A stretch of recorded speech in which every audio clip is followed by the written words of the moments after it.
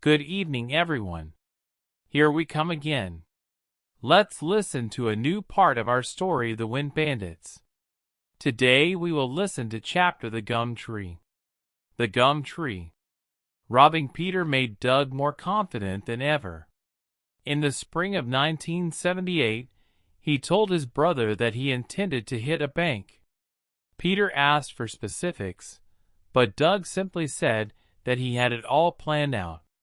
In fact, all he'd done at that point was pick a target, the National Bank in Warburton, an old gold mining town on the Yarra River, surrounded by the lush green mountains of the Great Dividing Range.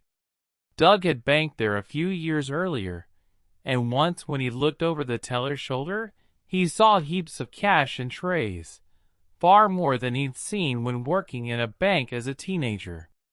"It told me this was a good bank to rob," Doug said. 5 nights before the heist, Doug stole a small Honda motorbike from a local garage. On October 17th, he rode around Warburton for 4 hours, scouting his getaway route.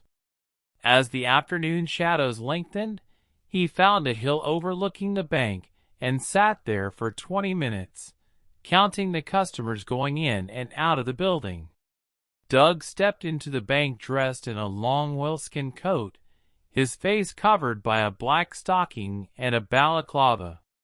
He vaulted over the counter shouting, "You probably know who I am. I am the After Dark Bandit." He announced that he'd shot people before. Then he emptied the cash from the tellers' boxes and locked everyone in the bathroom. He warned them not to contact the police, claiming that he knew where they lived. After the holdup, Doug raced on his motorbike into the hills above Warburton. With the heavy bag of stolen money strapped to his wrist, he accidentally popped a wheelie that sent him swerving toward an oncoming bus, which he narrowly avoided hitting. He then doubled back over some dirt tracks he'd made that morning, forcing his pursuers to guess which direction he'd gone. After returning to the paved road, he puttered along for a distance before stopping. He threw the bike over a wire fence, covered it with branches, and set off on foot into the bush. When he felt that he'd gone far enough to shake any pursuers, Doug took a rest against an enormous gum tree. "It was like a romantic painting," he said. He opened his bag and counted the stolen cash, nearly $39,000. While some thieves might have considered the impressive haul ample reason to keep pulling jobs, Doug felt differently. "It was enough money to start a new life," he recalled. "I could leave Australia, maybe move to New Zealand or America. I could buy 2 houses in cash, maybe set up a business." He thought about his brother, blowing money on racehorses, doing jobs just to prove he could, and walking around like a movie gangster with a Browning pistol from the Mirbu North robbery tucked into a homemade holster. Doug didn't want to be like his brother, because he didn't like his brother. If Peter was going to continue to define himself by robbing banks, Doug would take the opposite tack. He pledged to never do another holdup.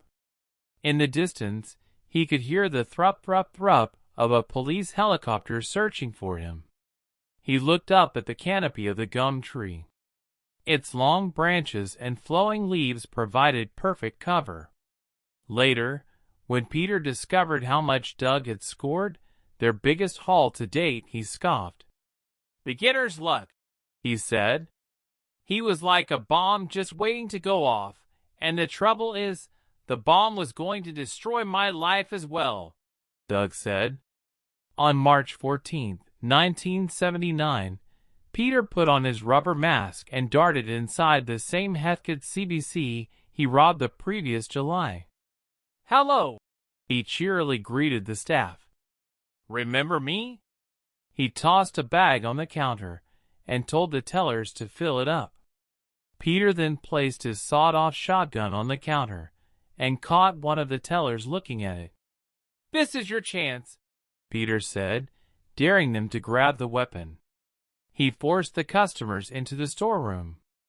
A few noted that the bandit had grown a pot belly, causing his shirt buttons to pop.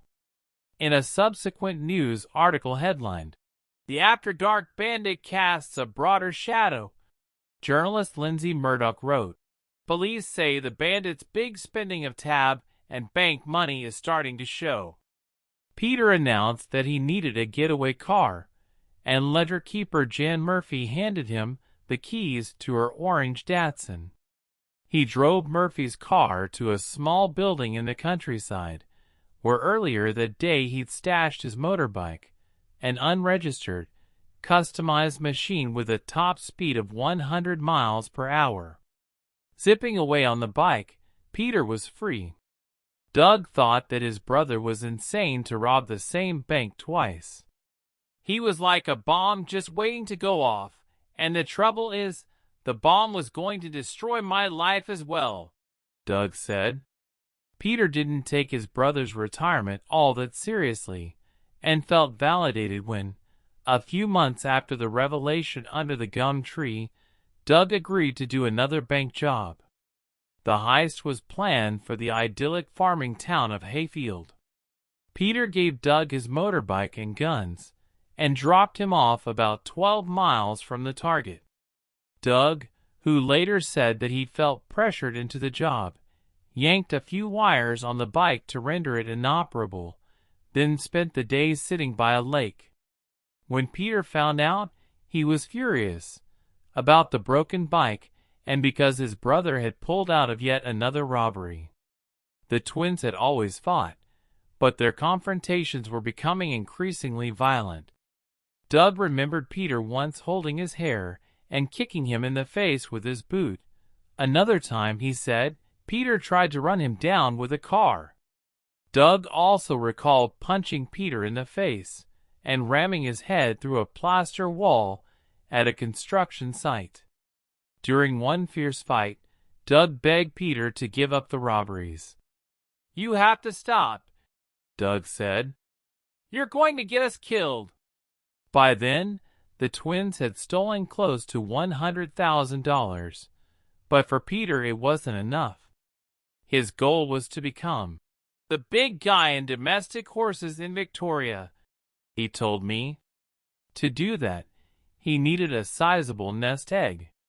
If Doug continued to dig in his heels and refused to pull his weight, Peter figured that it would take 6 more jobs to get where he wanted to be. This is for today.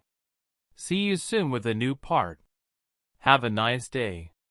Bye.